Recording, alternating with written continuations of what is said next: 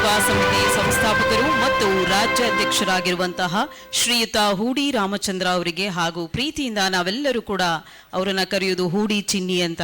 So ವಿಶ್ವ ಕನ್ನಡಿಗ 2026 ಪ್ರಶಸ್ತಿ ಮೊದಲನ ಪ್ರಶಸ್ತಿ ಹೂಡಿ ಚಿನ್ನಿ ಅವರಿಗೆ ಹೋಗ್ತಾ ಇದೆ. ಒಂದು ಜೋರಾದ ಚಪ್ಪಾಳೆಯೊಂದಿಗೆ ಅವರನ್ನ ಅಭಿನಂದಿಸೋಣ.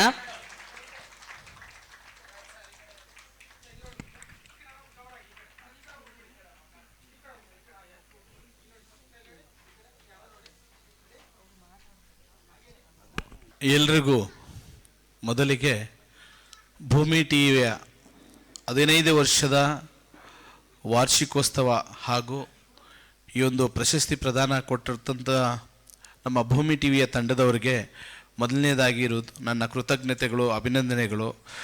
ಅವ್ರಿಗೂ ಸದಾ ಋಣಿಯಾಗಿರ್ತೀನಿ. ನಾವು ಇನ್ನೂ ಹಲವಾರು ಸಾಧಕರಿದ್ದಾರೆ, ಹಿರಿಯ ಹೋರಾಟಗಾರರಿದ್ದಾರೆ.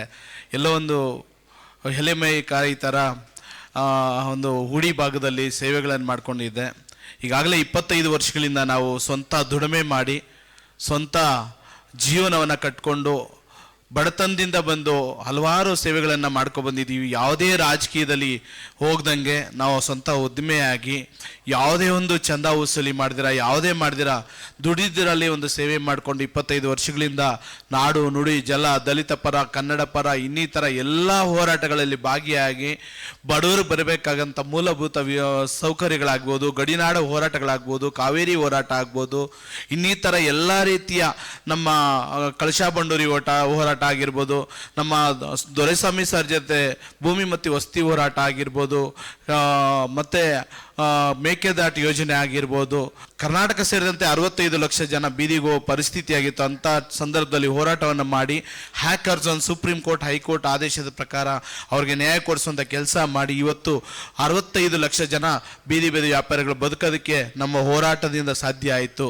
ಅದು ಎಲ್ಲರ ಕನ್ನಡಿಗರ ಆಶೀರ್ವಾದ, ಜೊತೆಗೆ ಇಂಥ ಮಾಧ್ಯಮಗಳ ಆಶೀರ್ವಾದದಿಂದ ಇವತ್ತು ನಮಗೆ ಈ ಒಂದು ಗೌರವ ಕೊಟ್ಟಂಥ ಎಲ್ಲ ಮಾಧ್ಯಮ ತಂಡದವರಿಗೆ ನಾನು ವಂದಿಸಿ, ಇನ್ನೂ ಹಲವಾರು ನಮ್ಮ ಜವಾಬ್ದಾರಿ ಹೆಚ್ಚಾಗ್ತಾ ಇದೆ. ಯಾಕೆಂದರೆ ಸಾಧಕರಿಗೆ ಮಾತ್ರ ಕೊಡ್ತಾ ಇದ್ದಾರೆ ಒಂದು ವೇದಿಕೆ, ಈ ಒಂದು ಪ್ರಶಸ್ತಿ. ಈ ಪ್ರಶಸ್ತಿ ಅನ್ನೋದಕ್ಕಿಂತ ನಾವು ಮಾಡೋ ಕೆಲಸಗಳು ಇನ್ನೂ ಹೆಚ್ಚಾಗಬೇಕು ಹೊರತು ಇನ್ನೂ ಈ ರಾಜ್ಯಕ್ಕೆ ಅಪಾರವಾದಂಥ ಕೊಡುಗೆ ಆಗಬೇಕು.